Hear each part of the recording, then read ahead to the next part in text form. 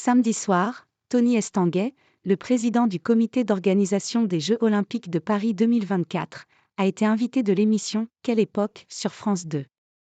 Il a discuté des polémiques qui entourent l'événement. La scène, le manque d'enthousiasme, les problèmes de transport ou la décision de faire intervenir Aya Nakamura.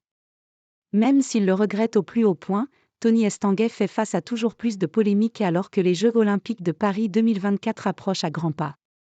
Invité samedi soir de l'émission Quelle époque sur France 2, le président du comité d'organisation des Jeux Olympiques de Paris 2024 a profité de son passage sur le plateau de Léa Salamé pour aborder tous ces sujets qui fâchent.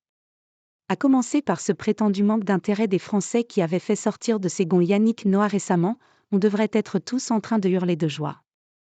L'ancien champion de canoë, étonné d'entendre que bon nombre de ses concitoyens n'attendraient pas comme c'est son cas ces Jeux de Paris 2024 avec une immense impatience, va d'ailleurs dans le sens du dernier vainqueur français de Roland-Garros.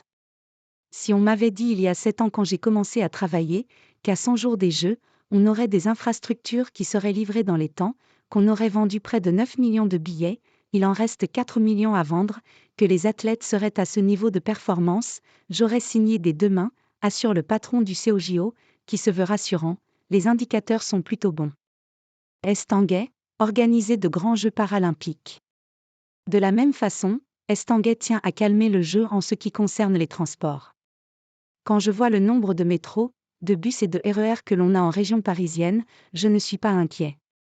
Et s'il faut marcher parce que l'on doit fermer quelques stations parce qu'elles sont dans le périmètre de sécurité, ce ne sera pas la fin du monde. Le porte-drapeau de la délégation française des JO de Pékin en 2008 pense tout particulièrement aux personnes handicapées. On s'est engagé sur les Jeux de Paris 2024 que tous les sites soient accessibles en transport en commun et avec un transport accessible. Et c'est aussi parce qu'il veut réserver le meilleur accueil possible aux non-valides que le palois sacré sur 3 Jeux olympiques différents vivrait comme un échec de ne pas proposer de « grands Jeux paralympiques ». C'est un événement que l'on n'a jamais organisé dans ce pays. Il faut qu'on se mette comme défi d'organiser de grands Jeux paralympiques, parce que c'est extraordinaire. Aya Nakamura ? On est dans l'état d'esprit de mettre en valeur la diversité créative française. Après avoir balayé d'un revers de la main le dossier de la scène, est-ce qu'elle sera baignable ? Ben oui, Estanguet a également évoqué le choix de faire chanter à Aya Nakamura du Édith Piaf lors de la cérémonie d'ouverture du 26 juillet, est-ce qu'elle chantera ? Vous verrez bien, rire. On est dans cet état d'esprit de mettre en valeur la diversité créative française, confirme l'intéressé, revenu aussi samedi sur la polémique née de sa rémunération. Cette polémique, je la trouve injuste, parce que je n'ai jamais décidé de mon salaire ni de mon statut.